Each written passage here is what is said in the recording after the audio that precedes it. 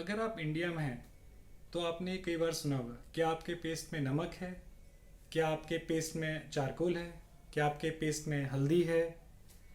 बच्चों के लिए पेस्ट अलग है, बड़ों के लिए अलग है, सेंसिटिविटी के लिए अलग है, स्मोकर्स के लिए अलग है, हर्बल पेस्ट अलग हैं। इतने सारे पेस्ट होने के बाद और इतने सारे बेस्ट ऑप्शंस चूज़ करने के बाद क्या आपके मुंह से स्मेल आती है? अगर इसका जवाब हाँ है तो इस वीडियो को कंटिन्यू रखिए, आगे देखते रहिए। हेलो फ्रेंड्स, मैं हूं डॉक्टर नितेंद्र और आज हम बात करेंगे बैड ब्रेथ के बारे में। बैड ब्रेथ, मुंह से दुर्गंध आना, स्मेल आना। मेडिकल टर्म में इसको हेलिटोसिस बोलते हैं बेसिकली। इसके कई सारे कॉजेज हैं। अब हम एक एक करके कारण देखेंगे इसमें क्या क्या कारण हैं जिसकी वजह से हमारे मुंह से फाउल स्मेल या बैड ब्रेथ आती है। पहला जो कारण है वो है हमारे बैक्टीरियाज जो मुंह के अंदर बेसिकली रहते हैं, जिसे हम लोग माइक्रोफ्लोरा बोलते हैं। आपके मुंह के अंदर मिलियंस ऑफ बैक्टीरियाज रहते हैं। यह जान के आपको बहुत ताज्जुब होगा कि more than 700 types of bacterias हमेशा आपके मुंह के अंदर रहते हैं। जब आप प्रॉपर हाइजीन मेंटेन नहीं करते हैं उस केस में क्या होता है, जो भी फूड पार्टिकल्स, खाना वगैरह जो भी हल्का फुल्का बचा रह जाता है उसके ऊपर ये बैक्टीरियाज एक्ट करते हैं, उसको सड़ाते हैं, उसको डिकम्पोज करते हैं बेसिकली, और सल्फर कंटेंट या इस तरह से प्रोड्यूस होता है जो कि एक सड़े हुए अंडे की तरह कह लूँ या रॉटन एग बोलते हैं जिसे, वैसी स्मेल आती है आपके मुंह से अगर कुछ फूड पार्टिकल्स इस तरह से रहता है। सेकंड है ड्राई माउथ। कई बार क्या होता है, जैसे हमारी ग्लैंड्स होती हैं, सलाइवरी ग्लैंड्स। सलाइवरी ग्लैंड्स का मतलब है जहाँ से हमारे मुंह में लार या सलाइवा प्रोड्यूस होता है, जैसे कि पैरोटिड ग्लैंड है, सबमैंडिबुलर ग्लैंड है, सबलिंगुअल ग्लैंड्स है। तो इनका सेक्रीशन जो है वो कम हो जाता है, मतलब कम सलाइवा प्रोड्यूस होता है। कम सलाइवा प्रोड्यूस होने के बहुत सारे कारण हो सकते हैं। ड्राई माउथ को हम लोग जेरोस्टोमिया भी बोलते हैं मेडिकल टर्म में। तो इसमें कारण जो है हो सकता है कि आपकी जो ग्लैंड्स हैं, मतलब पैरोटिड या सबमैंडिबुलर, सबलिंगुअल, ये जो ग्लैंड्स हैं इनमें से सेक्रीशन प्रॉपर ना हो रहा हो या कुछ इन्फेक्शन या कुछ वैसी दिक्कत आई हो। दूसरा कारण इसका ड्राई माउथ होने का ये भी हो सकता है कि कई लोग मुंह खोल के सोते हैं, उसकी वजह से ड्राई माउथ होने के चांसेस रहते हैं।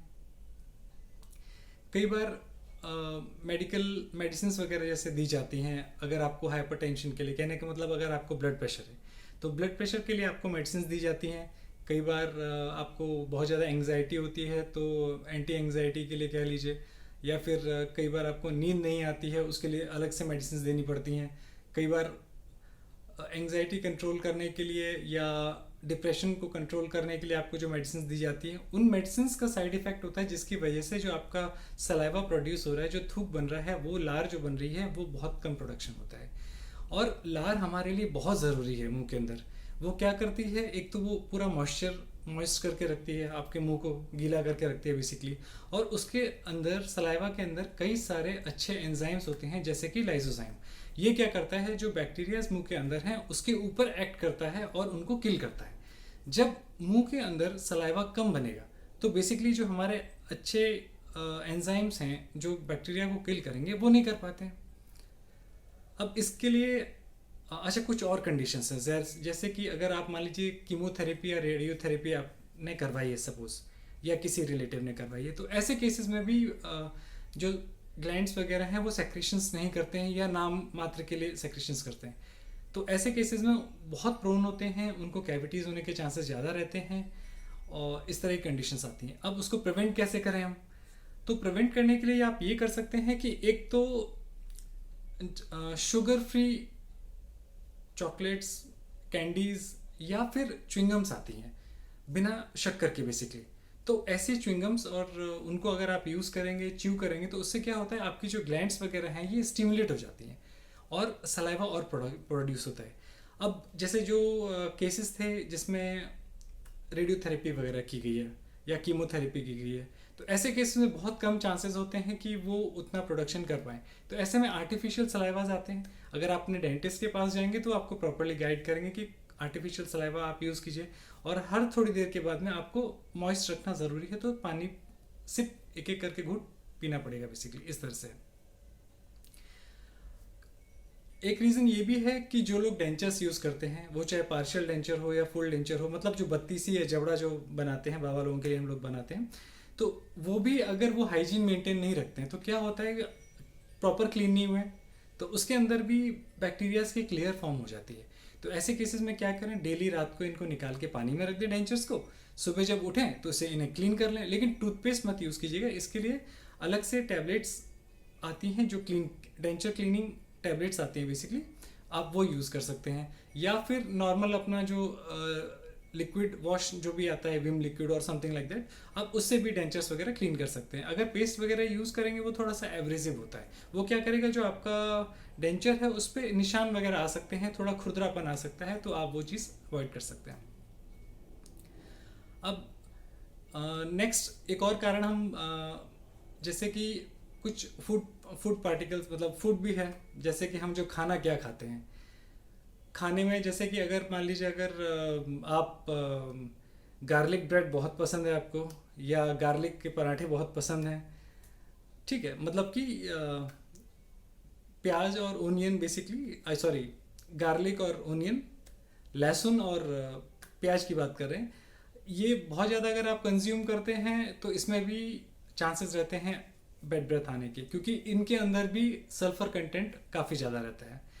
एक कंडीशन और है जिसमें मान लीजिए अगर आप कॉफ़ी बहुत ज़्यादा कंज्यूम करते हैं या फिर अल्कोहल का कंजप्शन बहुत ज़्यादा करते हैं, तो ऐसे केसेस में क्या होता है कि इसमें ड्राइंग इफेक्ट होता है माउथ के अंदर, मुंह के अंदर सलाइवा कम बनता है और मुंह सूखा सूखा सा रहता है, तो इसमें भी फॉल स्मेल आने के चांसेस रहते हैं। खाने में एक ये चीज़ है कि अगर आप मान लीजिए मीट वगैरह प्रेफर करते हैं या फिश वगैरह करते हैं, तो उस केसेस में भी फॉल स्मेल आ सकती है। अब कई बार एक नेक्स्ट रीज़न जो हम बात करेंगे वो है ब्रेसेस का, जो लोग तार बनवाते हैं टेढ़े मेढ़े दांतों को सीधा करने के लिए, तो क्योंकि वो जो अटैचमेंट्स रहते हैं उसके अंदर बैक्टीरियाज को छुपने के लिए, कॉलोनीज बनाने के लिए बहुत सारे चांसेस रहते हैं, इसलिए उनका हाइजीन बहुत ज़्यादा ज़रूरी है। आप प्रॉपर ब्रश करें और अच्छे से माउथ वॉश वगैरह करें, ये भी आप अच्छे से कर सकते हैं। नेक्स्ट रीज़न है poor oral hygiene. Poor oral hygiene का मतलब ये, जो लोग अच्छे से हाइजीन नहीं मेंटेन करते हैं, क्योंकि इंडिया में अप्रॉक्सीमेटली 90 to 95% लोग हैं जो डेली फ्लॉसिंग नहीं करते हैं। ब्रशिंग आप करते हैं बट फ्लॉसिंग नहीं करते हैं। फ्लॉसिंग में करना क्या होता है बेसिकली, जैसे आप जो आपके दांत हैं, दांतों के बीच का जो हिस्सा है वहाँ पे बैक्टीरियाज हमेशा छिपे रह जाते हैं, और वो छिपे होने की वजह से वो आपका प्रॉपर तरीके से क्लीन नहीं कर पाते, उसके लिए फ्लॉसिंग की ज़रूरत पड़ती है। अब वो फ्लॉस चाहें तो आप थ्रेड वाला यूज़ कर सकते हैं, दो साइड आप नायलॉन की स्ट्रिप टाइप रहती है, आप उसको दांतों के बीच में डाल के बीच में से क्लीन कर सकते हैं, बट बहुत कम्बरसम होता है, कई लोग इसको प्रेफर नहीं कर पाते हैं, प्रॉपर तरीके से नहीं साफ़ कर पाते हैं, तो आप चाहें तो इसको अवॉइड कर सकते हैं और उसकी जगह आप वाटर फ्लॉसर ले सकते हैं। वाटर फ्लॉसर एक बेसिकली एक जेट, एक छोटा सा एक इंस्ट्रूमेंट टाइप आएगा, बैटरी ऑपरेटेड रहता है, उसमें वाटर का जेट आता है, जो आप मिरर के सामने खड़े होकर सुबह सभी दांतों के बीच का जो पोर्शन है वहाँ पे आप ब्रश करने के बाद में एक बार कर सकते हैं।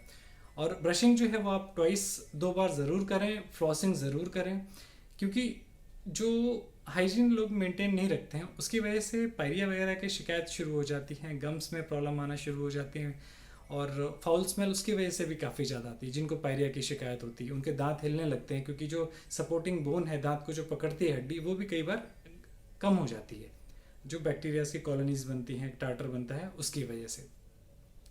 अब कुछ मेडिकल कंडीशंस भी हैं जिसकी वजह से फाउल स्मेल आने के चांसेस रहते हैं। मेडिकल कंडीशंस में सबसे पहले मैं बोलूँगा जैसे कि डायबिटीज़, शुगर की बीमारी जिसे आप कहते हैं, उसमें भी चांसेस रहते हैं। अगर आपके लंग्स में इन्फेक्शन है या लंग कैंसर है, ऐसे केस में बैड ब्रेथ, या फिर निमोनिया के चांसेस अगर हैं, निमोनिया है अगर आपको, तब भी आपको बैड ब्रेथ आ सकती है। कई बार जो आपके लिवर या फिर किडनी डिसीजेस हैं, तो ऐसे में भी फाउल स्मेल आने के चांसेस रहते हैं। एक बहुत इंपॉर्टेंट पॉइंट है एक एसिड रिफ्लक्स का जो कॉन्सेप्ट है, मतलब कि अगर आप प्रॉपर तरीके से डाइजेस्ट, आपके पेट मतलब खाना नहीं डाइजेस्ट हो पा रहा है, तो आप में एसिड सेक्रेशन बहुत ज़्यादा हो जाता है, जिसे हम लोग एसिड रिफ्लक्स बोलते हैं। और वो क्या है, वो खट्टी डकारें आती हैं आप जैसे, तो जो आपका स्टमक में एसिड बन रहा है, HCl या जो भी है, तो वो क्या करता है, फूड पाइप में वापस आता है, जिससे खट्टी डकारें आती है। वो ना ही सिर्फ आपके दांतों के सरफेस को भी खराब करता है केमिकल इरोजन करके, बल्कि एक गंदी सी स्मेल या फाउल स्मेल भी उसकी वजह से आती है। एक कंडीशन ये है कई बार जो लोग एक्सरसाइज बहुत ज़्यादा करते हैं या वर्कआउट बहुत ज़्यादा करते हैं जिसमें स्वेटिंग बहुत ज़्यादा होती है, जब आप स्वेटिंग बहुत करते हैं तो डिहाइड्रेशन के चांसेस रहते हैं, आपकी बॉडी जो है वो डिहाइड्रेट होती है। तो ऐसे केस में भी फॉर ट्रांजिशनल फेज थोड़ी देर के लिए या कुछ समय के लिए माउथ से बैड ब्रेथ आने के चांसेस रहते हैं। जो लोग टोबैको कंज्यूम करते हैं, जिनको स्मोकिंग हैबिट है, तो वो ना सिर्फ आपके लंग्स कैंसर करने के लिए या फिर लंग डिसीजेस करने के अलावा ये आपके दांतों के ऊपर भी एक परत चढ़ा देते हैं, बेसिकली डिस्कलर कर देते हैं आपके दांतों को, आपके मसूड़ों को वीक कर देते हैं और बहुत ज़्यादा फाउल स्मेल उनके मुंह से आती है। इसके साथ क्या होता है, एक इनका जो ऑल्फैक्टरी सेंसेशंस है, मतलब कि जो सूंघने की शक्ति है, वो भी जो लोग स्मोकिंग करते हैं उनमें कंपैरेटिवली कम हो जाती है। तो उनके मुंह से दुर्गंध आ रही है, बदबू आ रही है, लेकिन उनको पता ही नहीं चलता है प्रॉपर तरीके से। नेक्स्ट एक कंडीशन है डाइटिंग की। जो लोग डाइटिंग करते हैं या वेट लॉस पे हैं, तो वो बेसिकली क्या करते हैं, वो लो कार्ब डाइट पे चले जाते हैं। कहने का मतलब वो है, वो कम कार्बोहाइड्रेट की चीज़ें लेते हैं। तो बॉडी को एनर्जी लेने के लिए या एनर्जी प्रोड्यूस करने के लिए जो फैट है उसको डिसॉल्व करना पड़ता है बेसिकली। और जो फैट डिसॉल्व होता है बेसिकली, उसमें क्या होता है, कीटोस डाइट हम बेसिकली इसको बोलते हैं। तो कीटोन्स उसमें प्रोड्यूस होते हैं, वो भी बहुत ज़्यादा फाउल स्मेल प्रोड्यूस करते हैं, जिसकी वजह से स्मेल आती है। कुछ और कंडीशंस हैं जिसमें बेड ब्रेथ के चांसेस रहेंगे, जैसे कि फीमेल्स में अगर वो प्रेगनेंसी के दौरान है तो उनकी जो हार्मोनल लेवल है वो चेंजेस, मतलब जो ईस्ट्रोजन और प्रोजेस्टेरोन जो हार्मोन्स हैं उनमें काफ़ी ज़्यादा चेंजेस आते हैं, काफ़ी ज़्यादा बढ़ जाते हैं, कम हो जाते हैं सडन से। उसकी वजह से उनके जो गम्स वगैरह हैं वो फूल जाते हैं, हाइजीन प्रॉपर नहीं रख पाते हैं वो लोग, मसूड़े जो हैं वो ग्रोथ हो जाती है मसूड़ों की। तो ऐसी कंडीशन में भी फाउल स्मेल के चांसेस रहेंगे। और जो मैं पुअर ओरल हाइजीन का आपको बताया था, उसमें यह है कि मान लीजिए अगर आपके दांतों में सड़न है या कोई दांत टूट गया है या ख़राब पड़ा हुआ है, तो वो आपको अपने डेंटिस्ट के पास जाना चाहिए, सफाई वगैरह करानी चाहिए। अगर फिलिंग होगी तो फिलिंग करवाइए, या मान लीजिए कोई पुरानी फिलिंग है जो झड़ गई है या टूट गई है आदि, उसमें खाना फंस के सड़ रहा है, तो उसको भी आप प्रॉपर रिपेयर करवाइए, उसको प्रॉपर तरीके से फिलिंग करवाइए। बस यही सब चीज़ें हैं जो मैं आपको बताना चाहता था।